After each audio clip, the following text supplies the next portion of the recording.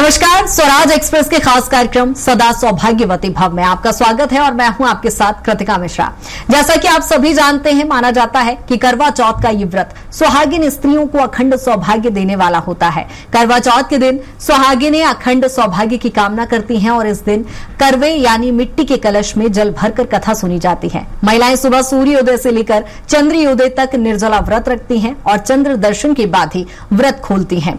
इस व्रत में चंद्रमा का विशेष महत्व माना जाता है, जहां महिलाएं इस दिन कठिन व्रत रखती हैं और विधिवत पूजा अर्चना कर पति की लंबी आयु, सौभाग्य और सलामती की कामना करती हैं। माना जाता है कि इस व्रत को करने से घर में सुख, समृद्धि और शांति आती है। इस व्रत में चंद्रमा का विशेष महत्व होता है। व्रत के अंत में महिलाएं चंद्रमा और अपने पति का प्रत्यक्ष दर्शन न चलनी से करती हैं और मान्यता ये भी मानी जाती है कि चलनी में हजारों छिद्र होते हैं, जिससे चांद के दर्शन करने से छोटे छेदों की संख्या जितने प्रतिबिंब में दिखते हैं, आप चलनी से पति को देखते हैं तो पति की आयु भी उतनी ही गुना बढ़ जाती है। जहां चलनी के प्रयोग के बिना करवा चौथ अधूरा माना जाता है।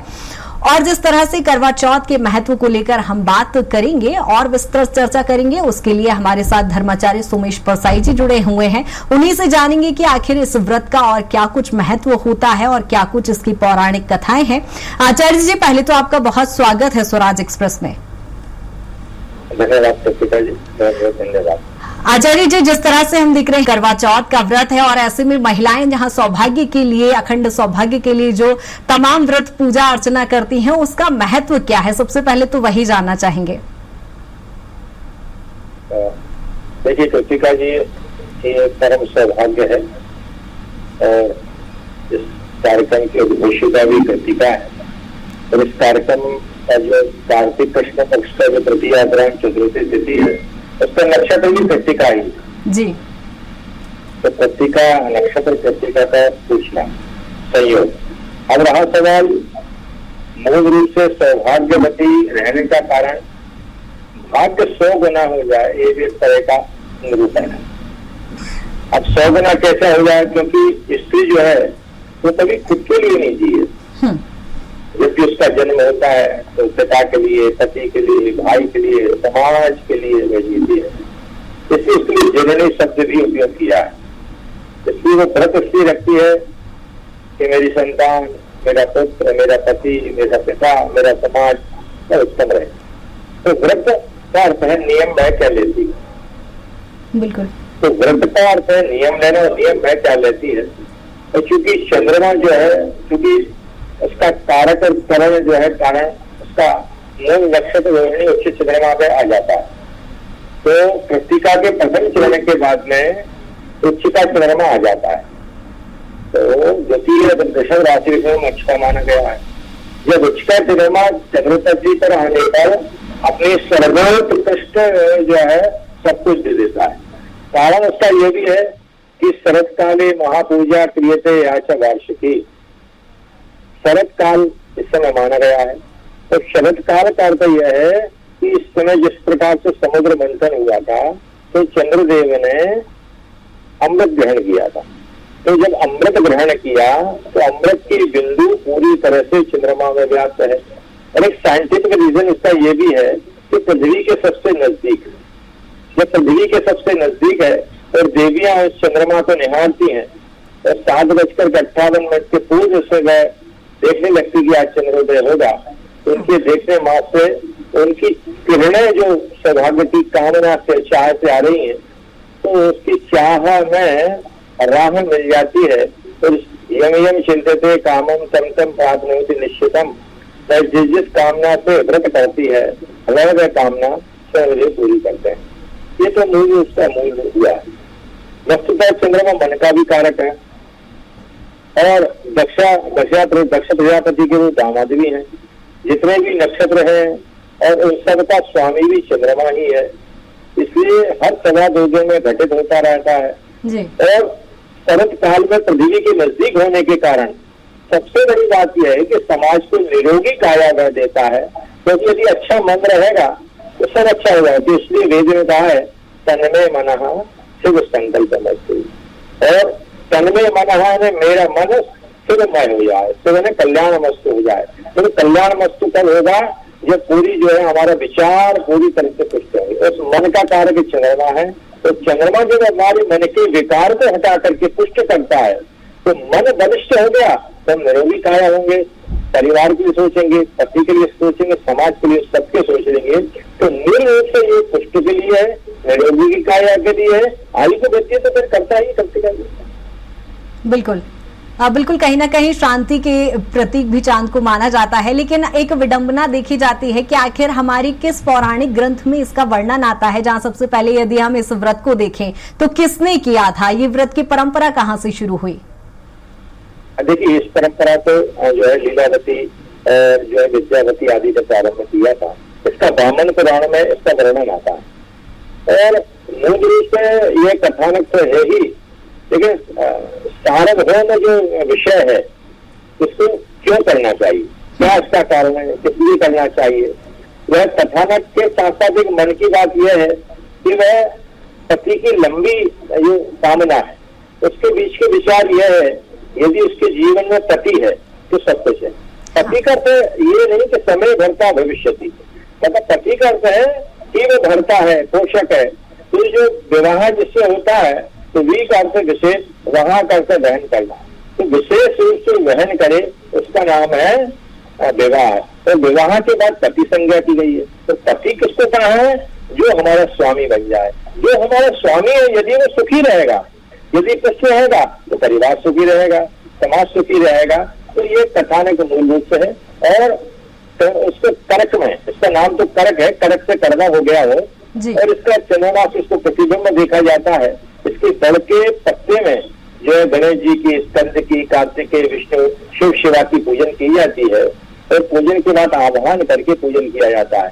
और 4 माह जो है देव जब सो जाते हैं तो आश्विन मास जो है, भाद्रपद मास, श्रावण मास शिव जी का हो जाता है, भाद्रपद मास जो है वो गणेश जी का हो जाता है, आश्विन देवी का, जगदम्बा का हो जाता है, और कार्तिक ने स्वामी कार्तिकेय का उनका हो जाता है।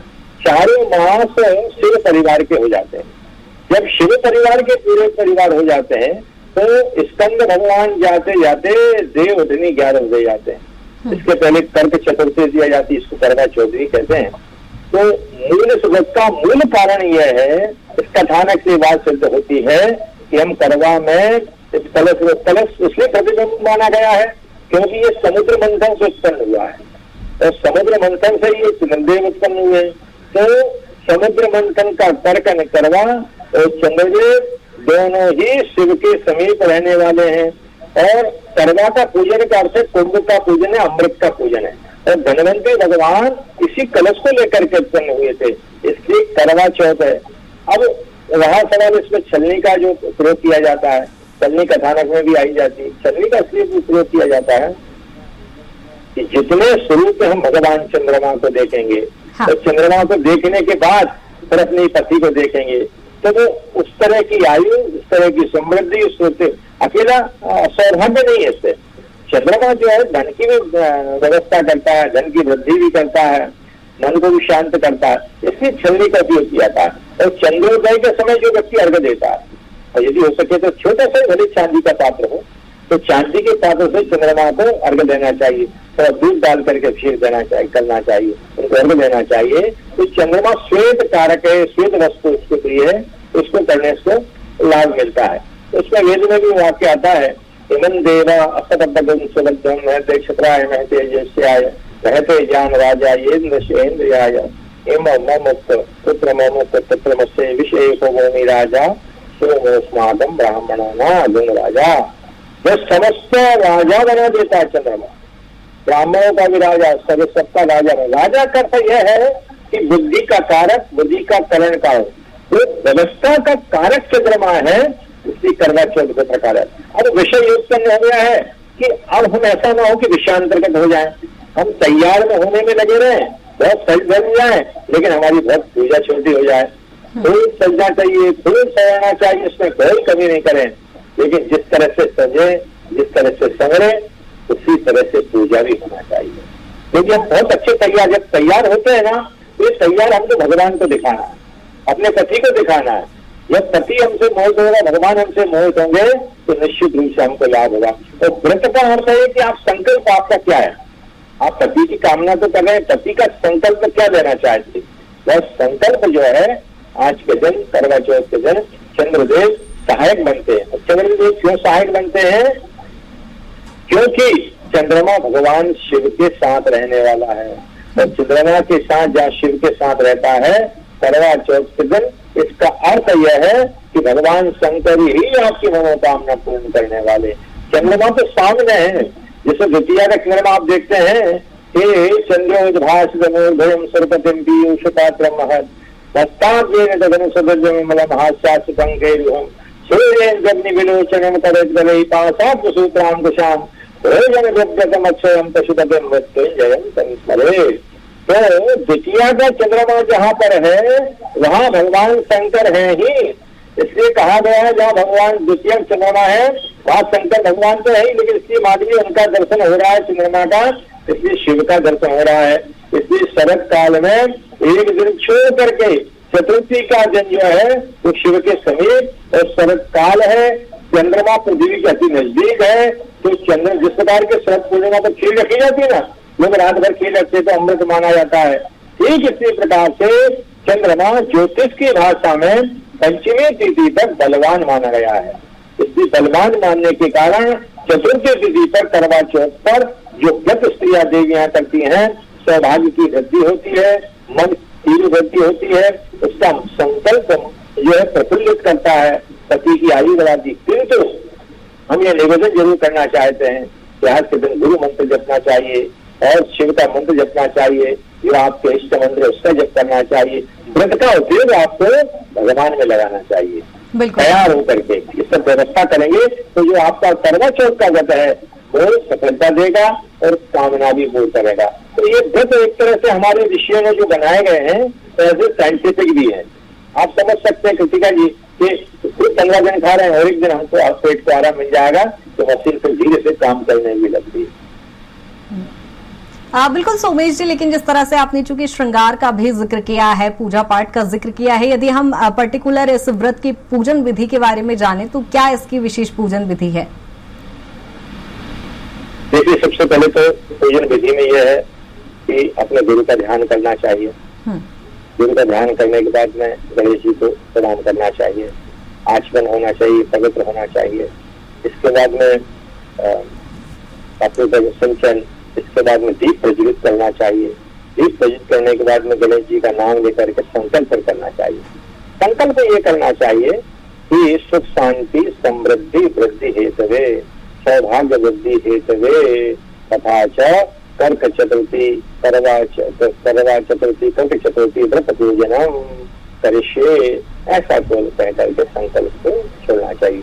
या अमुक मनोकामना सिद्ध पंच पूजन करिष्ये, अपना गोत्र नाम बोल करके इस संकल्प छोड़ना चाहिए। संकल्प के बाद में जिस आसन पर बैठे हैं उस आसन को प्रणाम करना चाहिए। वह आसन होना चाहिए ऊन की, कंबल की होना चाहिए, कपड़े की आसन नहीं होना चाहिए। वस्त्रासन भरे दारिद्रम, वस्त्र की आसन पर दरिद्रता आती है, इसलिए ऊन कंबल आसन पर बैठना चाहिए। आसन को प्रणाम दीप प्रज्वलित करके करना चाहिए कृतिका जी, और घी का दीपक होना चाहिए, और घी शुद्ध गाय की घी का दीपक होना चाहिए। जिस घर में गाय का घी का दीपक जलता है उसका लक्ष्मी अपने आप चल करके आती है। दीप को प्रणाम करना चाहिए, कहना चाहिए शुभम करोतु कल्याणम आरोग्यम सुख संपदाम सद्बुद्धि प्रकाशाय दीप ज्योतिर्नमोस्तुते। प्रणाम करें, आस पास सरसों के दाने, गणपति का पूजन प्रणाम करना चाहिए। गजाननम भूतगवाभिषेकितम ततस्थ जम्बू सरचारु भक्षणम विनाशतम शोक विनाशकारकम नमामि विघ्नेश्वरपाद पंकजम। ओम सर्वमंगल मांगल्ये शिवे सर्वार्थ साधिके शरण्ये त्र्यंबके गौरी नारायण। गणपति अंबिका को प्रणाम, उसका पूजन पाठ अर्घ आचमनी जल चंदन पुष्प धूप दीप नैवेद्य आदि से उनका पूजन, भोग गुड़ खोपरे का लगाना चाहिए, आरती करना चाहिए, फिर पृथ्वी का पूजन करना चाहिए, फिर कलश जो है कुंभ का पूजन करना चाहिए। और कुंभ जो है मूल तर्क है, वह कुंभ है, कुंभ का अर्थ साक्षात धनवंतरी भगवान ही है, वह प्रार्थना करना चाहिए। कलशस्य मते विष्णु कंठे ऋतु समाश्रिता मूले तस्य ब्रह्मा मध्ये मातृणास्पता क्षोभ सागरा सर्वे सप्तदीपा वसुंधरा ऋग्वेदो यजुर्वेद सामवेद सर्वणः अंगैः सर्वे कलशन्तु समाश्रिता अत्र गायत्री सावित्री शांति कुंती कलिकता आयान्तु तम पूजार्थं दुर्दक्षयकारका। ऐसा करके कलश में पूजन करना चाहिए, पूरित करना चाहिए, चंदन पुष्प धूप दीप आदि से पूजन करना चाहिए। इसके बाद में भगवान शिव और पार्वती और स्कंद का भी पूजन करना चाहिए। उनको भी इसी प्रकार से पूजन करने के बाद भगवान शिव का ध्यान करना चाहिए, क्योंकि भगवान शिव की जहाँ पूजन हो जाती है तब आनंद ही आनंद हो जाता है। क्योंकि भगवान शिव से प्रार्थना करना चाहिए, मंगलम भगवान शंभु मंगलम प्रश्रद्धजः मंगलम पार्वती नाथ मंगलाय तनोहरः। शिव से प्रार्थना करना चाहिए। फिर उनका पूजन, जैसे हमने गणेश जी के पूजन का आपको बताया, इसी तरह से पूजन धूप दीप नैवेद्य फल तांबूल आदि रखना चाहिए। फिर इसके बाद में चंद्रमा को यदि हो सके तो आपको छोटे से चांदी के पात्र से दूध देना चाहिए। पहले उसका ध्यान करिए, चंद्र का ध्यान करने के बाद पाठ दीर्घाचमनी और चंद्रदेव को दूध से जल मिला करके गंगा जल जल दे करके अर्घ्य देना चाहिए। चंदन पुष्प धूप दीप आदि नैवेद्य आदि से पूजन करना चाहिए। और चंद्रोदय जब होने लगे तब उस समय जो है चंद्रमा को प्रणाम करते हुए, चंद्रमा को सामने रख करके चंद्रमा और पति को देखते हुए, इसके बाद उस समय प्रणाम करते हुए फिर पूजन करते हुए फिर जो है पति आपको जल आदि पिलाता है, उसके हाथ का यह जल उसके हाथ का भोग ग्रहण करने से सुख शांति समृद्धि और वृद्धि होती है।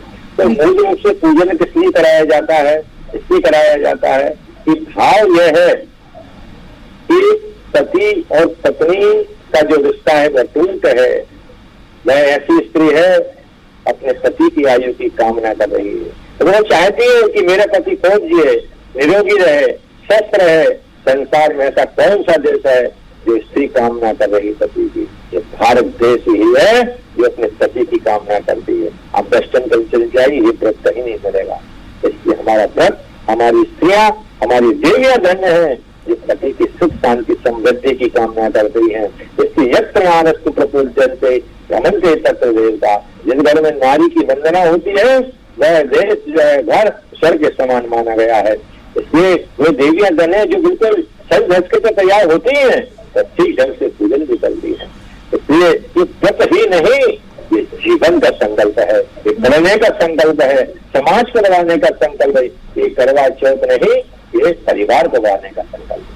बिल्कुल सुमेश जी, लेकिन हम वर्तमान परिवेश में देखते हैं कि करवा चौथ के व्रत के धार्मिक, आध्यात्मिक और सामाजिक महत्व बदलते दिखाई दे रहे हैं। ऐसे में यदि वर्तमान परिवेश के हिसाब से मैं सवाल करूं तो क्या कुंवारी कन्याएं भी इस व्रत को कर सकती हैं? देखिए ऐसा है, तो इसका नियम तो सौभाग्यवती स्त्री का है मूल रूप से, लेकिन चंद्र पूजन करने में कोई हर्ज नहीं। तो गणेश जी का व्रत है, तो गणेश जी का व्रत करने में क्या दिक्कत है? गणेश जी का व्रत कर ले, लेकिन वो भाव जो है वो दूसरा भाव हो जाए। भाव बदल के व्रत पूजन किया जा सकता है, भाव बदल के करना चाहिए, क्योंकि ये तो मूल रूप से सौभाग्य के लिए माना गया है। तो कन्याएं कर ले, लेकिन उनका भाव क्या रहे, इस चंद्रमा और शिव की हम पूजन कर रहे हैं। अब क्योंकि समय पत्रिका जी थोड़ा बहुत तेजी से बदल रहा है, अब भव्यता दिव्यता सुंदरता के लिए और बढ़ रहा है। हमारा उसको कोई डर नहीं, हम सब समर्थन करते हैं। जिस तरह से दिव्य हैं, जिस तरह से भव्य हैं, जिस तरह से सुंदर हैं, ठीक इसी तरह से पूजन वैसी होना चाहिए। इससे आनंद है, समाज का कल्याण। बिल्कुल यहाँ देखते हैं कि हम हरितालिका तीज जो होता है, माता सती ने भगवान शंकर के लिए रखा था और वो काफी सफल व्रत रहा और उसी के चलते हम हरितालिका तीज रखते हैं। पति की लंबी आयु के लिए हरितालिका भी होता है, करवा चौथ भी होता है। यदि हम दोनों में थोड़ा सा भेद जानना चाहें तो क्या होगा? देखिए कृतिका जी, हरितालिका तीज जो है पति की प्राप्ति के लिए था और करवा चौथ जो व्रत है पति के सौभाग्यता के लिए। ये इसमें अंतर है जी। हस्त नक्षत्र में जगदम्बा पार्वती ने अनुष्ठान प्रारंभ किया था और इनको पूरे जागरण करके पूजन करके पति की प्राप्ति उनको हो गई थी, इसलिए हरितालिका को व्रत माना गया। तो पति की प्राप्ति के लिए हरितालिका है और करवा चौथ जो है पति की सौभाग्यता के लिए आयु वृद्धि की। इसमें दोनों अंतर है। ये दोनों ही व्रत पति के लिए ही माने गए, एक प्राप्ति के लिए, एक भव्यता दिव्यता और सौभाग्य वृद्धि आयु वृद्धि के लिए माने गए। बिल्कुल बिल्कुल पंडित जी, कहीं ना कहीं दोनों ही व्रतों का अपना खासा महत्व हो जाता है। बहुत शुक्रिया सुमेश जी तमाम चर्चा के लिए और हमारे साथ इस खास चर्चा में जुड़ने के लिए। तो ये थे पंडित सोमेश परसाई जी, जिन्होंने खास तौर पर करवा चौथ के व्रत को लेकर उसकी विशेषताएं बताई, महत्व बताया और वाकई करवा चौथ से जुड़ी जो तमाम जिज्ञासाएं हर महिला के जहन में इस समय होगी, उसको लेकर तमाम सवाल और समाधान इस समय दिए हैं। हमें उम्मीद है कि हमारे दर्शक इससे जरूर लाभ उठाएंगे। और आज के इस कार्यक्रम में हमसे जुड़ने के लिए आचार्य सोमेश परसाई जी का भी आज बहुत शुक्रिया। और फिलहाल इस खास पेशकश में इतना ही। बने रहिए स्वराज एक्सप्रेस के साथ। नमस्कार।